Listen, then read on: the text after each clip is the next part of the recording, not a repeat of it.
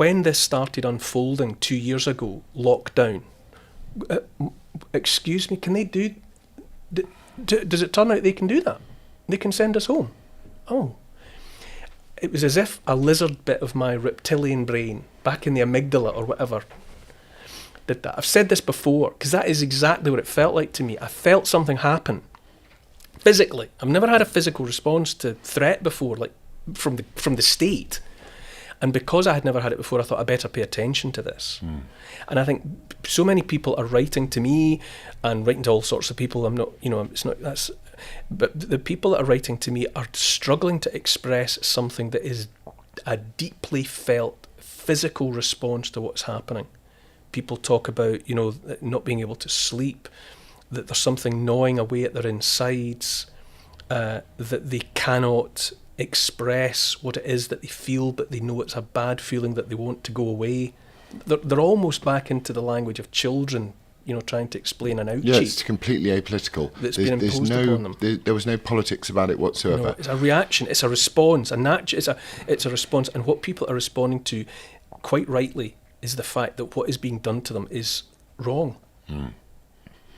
Absolutely, fundamentally and morally wrong. And the fact that you could lock down healthy people.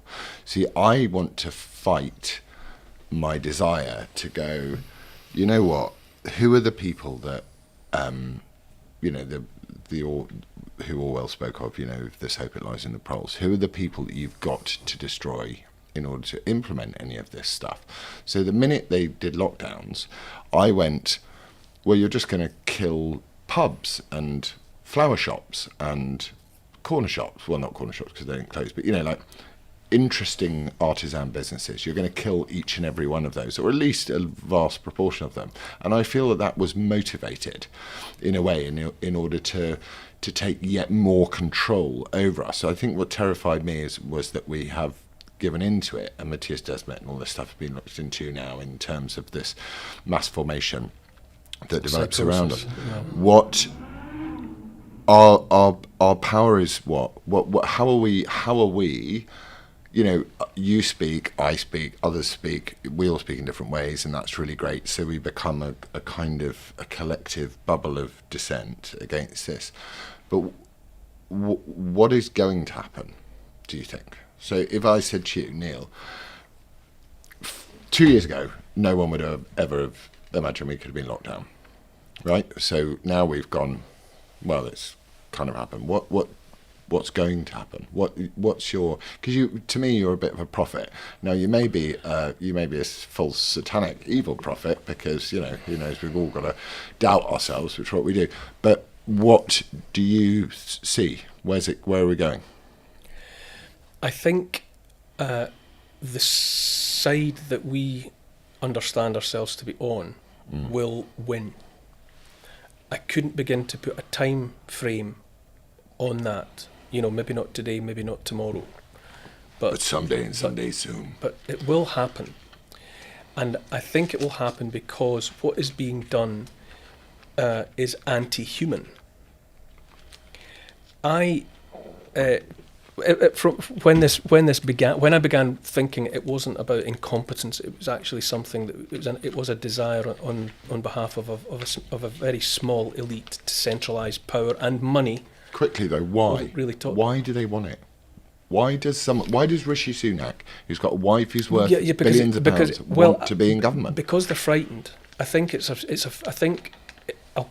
frightened of there's 7.4 billion people on the planet, and I think there's a group that have been able to place themselves behind castle walls, who are frightened of the masses. They're frightened of them because they don't really get the humanity. Right. I think, and I've used the analogy before of Sheldon Cooper in The Big Bang Theory. Have you seen Sheldon Cooper in The Big Bang Theory? Well, The Big Bang Theory, the TV show. Yes.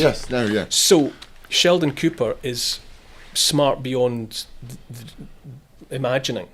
Yeah. He's an autistic savant, but he lacks empathy. He doesn't get people, and that's his Achilles heel. And that's why Penny, who's an ordinary Jane who lives across the hall, continually outsmarts him and comes out on top. because she empathises, understands, she's of the people, she understands the way people think.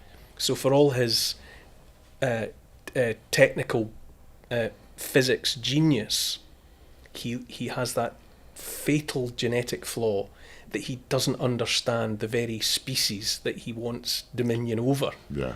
Sheldon kind of wants to rule the world, and he is frightened of the outside world, and he is frightened of the mass of the population because he doesn't understand them. They're weird. They want to hug and kiss and have sex, and they want to do all these things that are utterly alien to him. And so he would like to be able to control them and stop them doing all of that. And it comes ultimately, I would say, from a place of fear and incomprehension. And I think what's being what an elite is trying to, it's coming from their incomprehension. And I think the that reason is I think incompetence to a degree, right? yes, because I think it's a misunderstanding of mind. I think it's a misunderstanding. They don't get us. So that is an incompetence, though. But this is what I'm saying. If, Yes, if I it's a suppose planning it or is. not a plan. So this is the fundamental question. If it's a planning or not a planning, it's that they are incompetent of their own malevolence. I think at some level they possibly, to give the devil his due, I think there is they possibly think that what they have in mind would actually be beneficial. Yeah. I think at some level some of them do think that we would have nothing and we would be happy.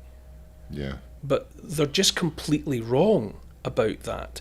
And the reason I think we will eventually win is because I think they're underestimating humanity.